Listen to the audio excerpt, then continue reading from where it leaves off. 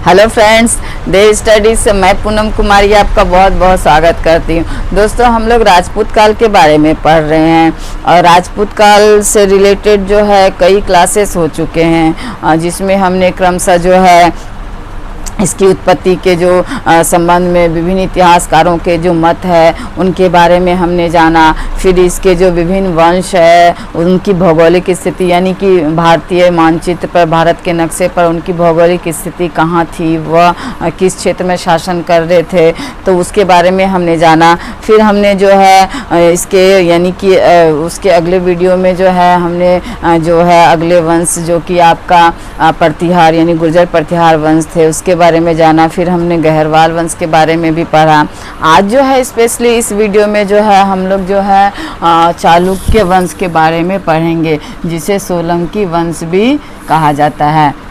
यानी कि चालुक्य और ये सोलंकी जो है एक ही वंश है, ये अलग अलग नहीं है, ये दोनों जो है यानी कि चालुक्य को भी कहीं कहीं सोलंकी वंश भी कहा गया है। दोस्तों, जो चालुक्य वंश के बारे में हमने पढ़ा दक्षिण भारत के इतिहास में कि ये जो चालुक्य वंश है इन्होंने जो कई शाखाओं में जो है अलग अलग क्षेत्रों में यानी भारत के दक्षिण में अलग अलग क्षेत्रों में कई शाखाओं में शासन किया था, जिसमें कि हमने देखा था कि बादामी के चालुक्य जिन्हें कि वातापी के चालुक्य भी कहा जाता था। फिर हमने वेंगी के चालुक्य देखे, फिर हमने कल्याणी के चालुक्य देखे।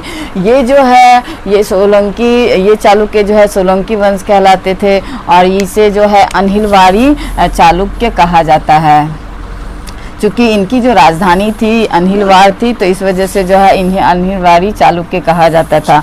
बाकी जो चालुक्य थे जैसे बादामी के चालुक्य, उनकी राजधानी बादामी या बातापी थी तो वो बादामी के चालुक्य कहलाए। वहीं जो वेंगी के चालुक्य थे उनकी राजधानी वेंगी थी तो वो वेंगी के चालुक्य कहलाए। वहीं कल्याणी के यानी इनकी जो राजधानियाँ थी उनके अनुसार जो है इनका नाम रखा गया था। तो ये चूँकि अनिलवार इसकी राजधानी थी तो ये जो है अनिलवार के चालुक्य कहलाया। इनका जो शासन क्षेत्र था यानी ये जो प्रतिहारों का जहाँ शासन चल रहा था गुजरात के क्षेत्र में, यही क्षेत्र जो है यानी जब प्रतिहार वंश धीरे धीरे है जो गुर्जर प्रतिहार वंश का पतन होने लगता है उसी क्षेत्र में जो है इस चालुक्य वंश का उदय होता है, यानी कि सोलंकी वंश का उदय होता है।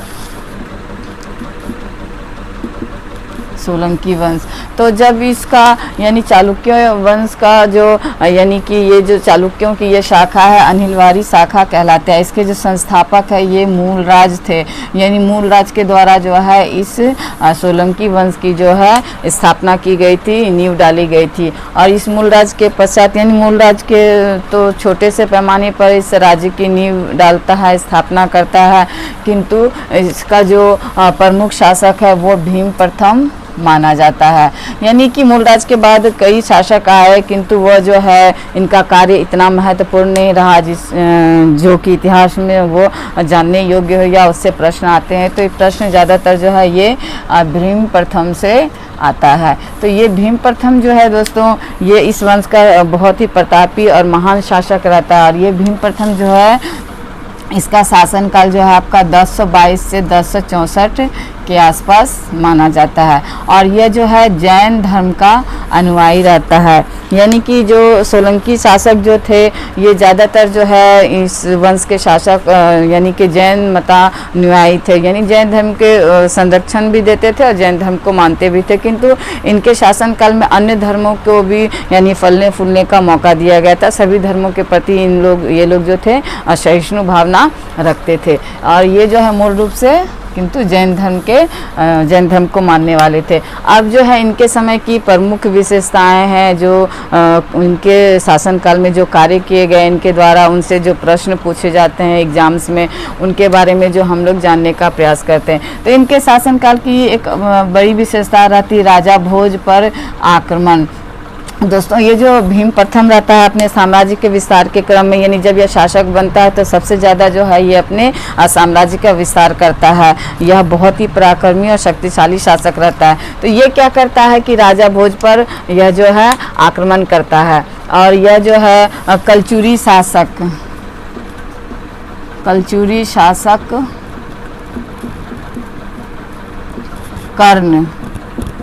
कलचुरी शासक कर्ण से मिल करके यह क्या करता है, जो राजा भोज जो कि परमार वंश का एक महान शासक रहता है, ये यह परमारों का क्षेत्र रहता है, तो ये परमार वंश का शासक रहता है राजा भोज।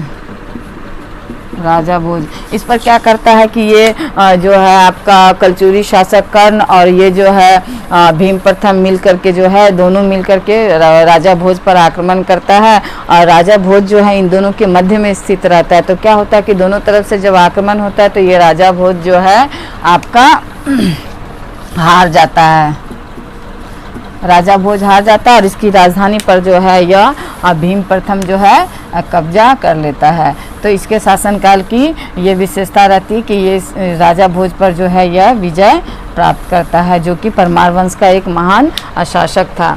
इसके शासनकाल की दूसरी जो विशेषता है वह है महमूद गजनवी द्वारा सोमनाथ पर आक्रमण, और यह आक्रमण जो है 1025 से 1026 के आसपास होता है।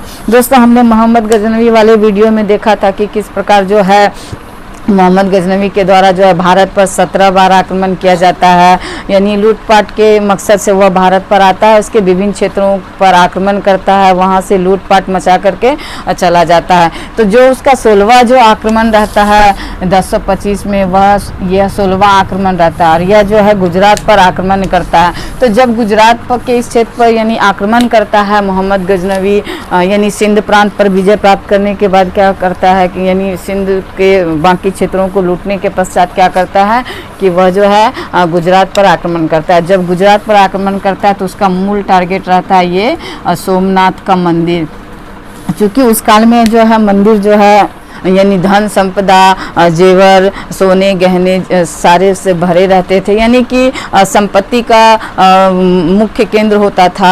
तो ये इस वजह से जो गजनवी जो है मूल रूप से जो है मंदिरों को ही टारगेट करता था अपने आक्रमण के समय में। तो वह जो है सोमनाथ पर आक्रमण करता है। उस समय क्या करता है कि ये जो भीम प्रथम रहता है, या जब इसे खबर मिलती है कि महमूद गजनवी उस पर आक्रमण करने वाला है, तो वह अपनी सैन्य छावनी जहाँ उसकी सैन्य छावनी रहती है वहाँ वह चला जाता है युद्ध की तैयारी के लिए। और ये गजनवी क्या करता है, यह जो है मंदिर को, चूंकि इसको मंदिर को लूटना रहता है, तो ये डायरेक्ट जो है मंदिर पर आक्रमण करता है और मंदिर को बड़े पैमाने पर लूटता है। वहाँ जो है हिंदू धर्मावलंबी जो होते हैं यानी ब्राह्मण पंडित वगैरह जो कार्य करते रहते हैं, वहाँ उन सब का बड़े पैमाने पर कत्ल करता है। वहाँ जो सोना चांदी जेवर जो भी वहाँ मिलता है वह सबको लूटता है, वहाँ की मूर्तियों को तोड़ता है, मंदिर को पूरी तरह ध्वस्त कर देता है। और वहाँ जो मुख्य शिवलिंग रहती है, चूँकि सोमनाथ का मंदिर जो है यह भगवान शिव का मंदिर रहता है, शिव मंदिर। तो ये जो शिव मंदिर है, तो यहाँ पर जो है मुख्य शिवलिंग जो रहता है उस मुख्य शिवलिंग को भी तोड़ता है, उसके कई टुकड़े करता है। और कहा जाता है कि वह जब गजनी वापस जाता है तो इस शिवलिंग के टुकड़े को लेके जाता है और वहाँ जो है वहाँ एक मस्जिद रहता है जामी मस्जिद, उस जामी मस्जिद की सीढ़ियों पर जो है कहा जाता है कि ये शिवलिंग के टुकड़े को जो है वो सीढ़ियों पर वह लगवा देता है, ताकि सभी जो है पैर रख करके यानी उन सीढ़ियों पर चढ़ करके जो है ऊपर जाए। तो ये यानी इसके समय के शासनकाल की महमूद गजनवी का भारत पर यानी कि गुजरात पर या सोमनाथ मंदिर पर आक्रमण सबसे महत्वपूर्ण घटना मानी जाती है। तो जब यह पूरी तरह से जो गजनवी लूटपाट मचाता है, तो यानी इसका जब कार्य यहाँ संपन्न हो जाता है, तो इसे खबर मिलता है कि भीम प्रथम जो है इसका यानी युद्ध करने के लिए इसका इंतजार कर रहा है। तो वो यानी कि जब उसका नियम था मोहम्मद गजनवी का दोस्तों कि आता तो था वो जब भी, तो वह किसी से भी यानी लड़ते झगड़ते युद्ध करते हुए वह आता था, लेकिन जाने के क्रम में जो है वह किसी से भी लड़ना नहीं चाहता था। इसके पीछे भी एक कारण था कि वह जब जाता था तो उसके पास यानी कि लूट का इतना सामान हो जाता था कि उसके घोड़े उसके ऊँट जो है सभी जो है यानी सामानों से लदे होते थे, सोने चांदी जेवरात से। तो इस वजह से जो है वह जाते समय लड़ना नहीं चाहता था किसी से, ताकि उसका कहीं जो है यानी वो जो धन संपदा लूट के ले जाता है यहाँ से वह कहीं बिखर न जाए। तो इस वजह से क्या होता है कि भीम प्रथम से जो है वह युद्ध करता ही नहीं है, बल्कि वह जो है किसी और अन्य रास्ते से वह निकाल लेता है। यानी कि भीम प्रथम और मोहम्मद गजनवी का आमना सामना नहीं होता है, युद्ध होता ही नहीं है। तो जब मोहम्मद गजनवी वापस चला जाता है तो ये भीम प्रथम क्या करता है, सोमनाथ मंदिर का पुनरुद्धार करवाता है, पुनरुद्धार करवाता है। यानी कि जब वापस आता है, ये देखता है मंदिर बुरी अवस्था में रहता है, तो फिर से क्या करता है, इस मंदिर का वह जीर्णोद्धार करवाता है। जो मंदिर लकड़ी और ईंट पर पहले बनी रहती है तो उसको क्या करता है कि पुनः जो है वह अच्छी तरह से पत्थर का बनवाता है। और इसके पश्चात आज़ादी के कुछ समय बाद भी जो है इस मंदिर को जो है फिर से इसका निर्माण करवाया गया था। तो इस मंदिर को यानी कि जीर्णोद्धार भी भीम प्रथम के द्वारा ही पहली बार करवाया गया था। और इसके समय की महत्वपूर्ण घटना रहती है दिलवारा का जैन मंदिर। इससे भी प्रश्न है, बहुत बार एग्जाम्स में पूछे गए हैं। ये दिलवारा का जैन मंदिर जैसे कि ये कहाँ है, किन शासकों के शासनकाल में हुआ, किस वंश के शासनकाल में हुआ। तो शासक पूछे तो भीम प्रथम होगा, वंश पूछे तो सोलंकी वंश होगा। और ये जो है माउंट आबू पर्वत पर जो है इस दिलवारा के जैन मंदिर का निर्माण होता है, माउंट आबू। दोस्तों अरावली पर्वत की यह सबसे यानी अरावली पर्वत का सबसे ऊंचा शिखर है ये माउंट आबू। इस पर जो है दिलवारा के जैन मंदिर का निर्माण इसके ही शासनकाल में इसका एक मंत्री होता है विमल शाह। ये विमल शाह को जो बहुत समय बाद जो है पुत्र की प्राप्ति होती है, तो इस खुशी में क्या करता है कि ये जो है दिलवारा के जैन मंदिर का निर्माण करवाता है।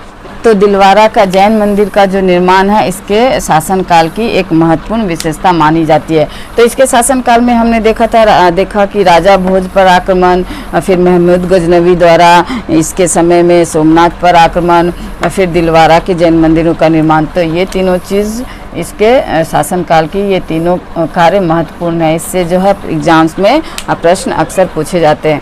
अब जो इसका अगला शासक रहता है वह जयसिंह रहता है। इसका शासनकाल जो है 10 से 94 से 1153 के आसपास रहता है। लगभग 59 वर्ष जो है यह शासन करता है। तो यह जो है यह भी जो है इस वंश का बहुत ही पराक्रमी, बहुत ही प्रतापी शासक रहता है। यह जो है शैव धर्म का अनुयायी रहता है। यह जो है अपने शासनकाल में यानी यह भी जो है अलग अलग क्षेत्रों में अलग अलग राजाओं से युद्ध करके जो है अपने साम्राज्य का, अपने क्षेत्र का विस्तार करता है। और यह जो है सिद्ध राज की उपाधि धारण करता है। दोस्तों यह शैव धर्म का मतानुयायी रहता है, किंतु यह जो है एक धार्मिक सहिष्णु शासक रहता है। यानी लगभग जो है सोलंकी वंश के सभी जो शासक रहते हैं यानी वो किसी भी धर्म को माने, ज़्यादातर तो ऐसे जैन धर्म को मानते, लेकिन कई शासक ऐसे हुए जो अन्य धर्मों को भी मानते थे, किंतु वो जो है सभी धार्मिक सहिष्णु थे। वो अन्य धर्मों को भी फलने फूलने का मौका देते, यानी कि धार्मिक कट्टरता इनके अंदर नहीं थी। तो ये शैव धर्म को अनुयायी थे, किंतु इनके दरबार में जो है एक जैन धर्माचार्य हेमचंद्र रहते थे। यानी कि ये हेमचंद्र जो है जैन धर्माचार्य रहते हैं और यह जो है बहुत ही प्रख्यात यानी उस काल के बहुत ही प्रख्यात जैन धर्माचार्य रहते हैं, जो कि इनके ही दरबार में रहते हैं। इनके द्वारा ही जो है इनको संरक्षण दिया जाता है। तो इससे भी प्रश्न कई बार पूछा जाता है कि जो जैन धर्माचार्य हेमचंद्र है वह किनके दरबार में रहते थे। तो वह जो है जयसिंह के दरबार में रहते थे। तो इनसे जोड़ करके ये प्रश्न पूछा जाता है। अब इसके अगले शासक के बारे में हम लोग जानने का प्रयास करते। तो इसका जो अगला शासक है दोस्तों यह मूलराज द्वितीय रहता है। और ये मूलराज द्वितीय जो है इसके यानी कि इसके शासनकाल की सबसे महत्वपूर्ण विशेषता रहती है मोहम्मद गौरी का आक्रमण। 1168 में जो है ये आपका मोहम्मद गौरी का आक्रमण होता है। दोस्तों ये जो भीम प्रथम के समय में जो है मोहम्मद गजनवी का आक्रमण होता है, वहीं जो है इस मूलराज द्वितीय के समय जो है मोहम्मद गौरी का आक्रमण होता है। तो ये मोहम्मद गौरी क्या करता है, जब जो इस सिंध प्रांत पर विजय प्राप्त कर लेता है तो यह जो है यहाँ गुजरात में भी वह घुसने का प्रयास करता है। तो जिस समय वह गुजरात पर आक्रमण करता है तो उस समय यानी गुजरात पर आक्रमण के समय जो है वह उस समय वहाँ का शासक जो है मूलराज द्वितीय रहता है। और ये मूलराज द्वितीय और इनके बीच जब युद्ध होता है तो क्या करता है कि ये मूलराज द्वितीय जो है मोहम्मद गौरी यानी इन दोनों के बीच जो होता है मोहम्मद गौरी पराजित हो जाता है। यानी मोहम्मद गौरी को पराजित कर देता है ये मूलराज द्वितीय। जहां हमने देखा था कि यानी कि मोहम्मद गजनवी और भीम प्रथम के बीच युद्ध होता ही नहीं है और वह बड़ी लूटपाट और नरसंहार करके सोमनाथ मंदिर में चला जाता है मोहम्मद गजनवी। किंतु यहाँ क्या होता है कि जब मोहम्मद गौरी आक्रमण करता है इस गुजरात पर, तो उस समय ये शासक जो है मूलराज द्वितीय, इन दोनों के बीच युद्ध होता है। मोहम्मद गौरी को यह बुरी तरह से पराजित करके वहाँ से भगा देता है। तो यह इसके शासनकाल की सबसे बड़ी विशेषता है। दोस्तों, ये भारतीय शासकों की एक कमजोरी कहिए कि ये अपने जो शत्रु होते थे, जो दुश्मन होते थे, उनको जो है वापस जाने देते थे। क्योंकि हमने देखा था पृथ्वीराज चौहान वाले वीडियो में भी कि वह जो है तराइन के जो प्रथम युद्ध होता है 1191 में, उसमें क्या होता है कि जो मोहम्मद गौरी हार जाता है और उसका सेनापति जो है उसे घायल अवस्था में वापस लेकर के भाग जाता है। यानी कि मोहम्मद गौरी को जो है पृथ्वीराज चौहान जो तराइन के प्रथम युद्ध में मोहम्मद गौरी हार जाता है, तो वह जो है उसका सेनापति उसे लेकर के भाग जाता है। अगर पृथ्वीराज चौहान उसे उसी वक्त खत्म कर देते तो शायद जो वो आगे जो साम्राज्य का विस्तार करता है, उसके बाद जो है जयचंद को हराता है या पूरे भारत पर धीरे धीरे जो वो कब्जा करता है, तो शायद वो नहीं होता। तो इसी की वजह से दूसरे ही साल जो है वह मोहम्मद गौरी यानी 1192 में जो है दूसरा तराइन का युद्ध होता है। इसमें जो है पृथ्वीराज चौहान पराजित हो जाता है। सेम जो वही है ये मूलराज द्वितीय भी करते हैं। ये मूलराज द्वितीय भी जो है इसे वापस जाने देते हैं और यानी कि इसे छोड़ देते। अगर ये ख़त्म कर देते, इसकी हत्या कर देते, तो शायद चाहे पृथ्वीराज चौहान चाहे ये मूलराज द्वितीय, दोनों में से कोई भी जो अगर इसकी हत्या कर देते, तो शायद हमारा जो इतिहास है आज जो कुछ बदला हुआ रहता, कुछ बेहतर स्थिति में रहता। छोड़िए ये सब डीपली बातें हैं, हम लोग आगे जो बढ़ते हैं। तो ये इसके समय मोहम्मद गौरी का आक्रमण होता है, जो मोहम्मद गौरी को यह जो है पराजित करके वापस भगा देता है। अब इसका अगला शासक है भीम द्वितीय। और ये भीम द्वितीय जो है इसके समय की महत्वपूर्ण विशेषता है कुतुबुद्दीन ऐबक का आक्रमण। यानी कि कुतुबुद्दीन ऐबक का आक्रमण जो 1187 में जो है इसका आक्रमण होता है कुतुबुद्दीन ऐबक का। दोस्तों, ये जो मोहम्मद गौरी का कुतुबुद्दीन जो है ऐबक गुलाम रहता है, और जब मोहम्मद गौरी जब अंतिम बार यानी कि 1127 ईस्वी में जब वह अंतिम आक्रमण करके 17वां आक्रमण करके वापस हो जाता रहता है, तो खोखर जातियों के द्वारा जो है उसकी हत्या कर दी जाती है। किंतु वह क्या करता था, जब भी वो वापस जाने लगता था अपने घर, अपने साम्राज्य, तो वो कुतुबुद्दीन ऐबक को जो है अपना प्रतिनिधि नियुक्त करके यहाँ भारत में चला जाता था। तो उस समय भी जो इसे कुतुबुद्दीन ऐबक को अपना प्रतिनिधि बना करके वह चला जाता है, फिर उसकी हत्या हो जाती, तो वो वापस आ ही नहीं पाता। तो ये कुतुबुद्दीन ऐबक ही जो है भारत का शासक रह जाता है। तो जब ये कुतुबुद्दीन ऐबक का शासनकाल चलता है, तो ये क्या करता है, भीम द्वितीय पर आक्रमण करता है। तो इसके साथ यानी कुतुबुद्दीन ऐबक के साथ इसकी 2 बार लड़ाई होती है। तो प्रथम लड़ाई में तो क्या करता है, ये भीम द्वितीय जो है कुतुबुद्दीन ऐबक को पराजित कर देता है, तो उसे भी वापस भगा देता है। किंतु दूसरी बार जब इस दोनों के बीच युद्ध होता है, तो ये कुतुबुद्दीन ऐबक जो है जीत जाता है और ये भीम द्वितीय हार जाता है। तो इसी युद्ध के पश्चात जो है इस सोलंकी वंश का अंत हो जाता है। यानी ये भीम द्वितीय ही जो है इस वंश का अंतिम शासक रहता है। तो ये यानी जो मोहम्मद गौरी से नहीं हरा पाया भीम द्वितीय को, उसका जो गुलाम रहता है कुतुबुद्दीन ऐबक, इसके द्वारा जो ये हार जाता है और इस वंश का यहीं पर अंत हो जाता है। तो ये थे दोस्तों भीम द्वितीय से संबंधित यानी उसके शासन काल से संबंधित कुछ महत्वपूर्ण जानकारियां। अब इस वंश की विशेषता के बारे में हम लोग देखते हैं। तो इस वंश की सबसे बड़ी विशेषता है दोस्तों कि यहाँ जो महिलाओं को जो है उच्च पदों पर नियुक्ति की जाती थी। यानी महिलाओं की स्थिति इस आधार पर हम लोग कह सकते हैं कि अच्छी थी। यानी कि महिलाओं को प्रशासन के उच्च पदों पर स्थापित किया जा रहा था, उनको शासन करने का मौका दिया जा रहा था। तो कहीं ना कहीं यह इंडिकेट करता है कि वहाँ जो है महिलाओं की स्थिति अच्छी थी। तो ये थे दोस्तों सोलंकी वंश या चालुक्य वंश से संबंधित कुछ महत्वपूर्ण जानकारियाँ। अगले वीडियो में हम लोग किसी अन्य वंश के साथ उपस्थित होंगे। तब तक के लिए मेरे वीडियो को देखने के लिए और मेरे चैनल से जुड़ने के लिए बहुत बहुत धन्यवाद।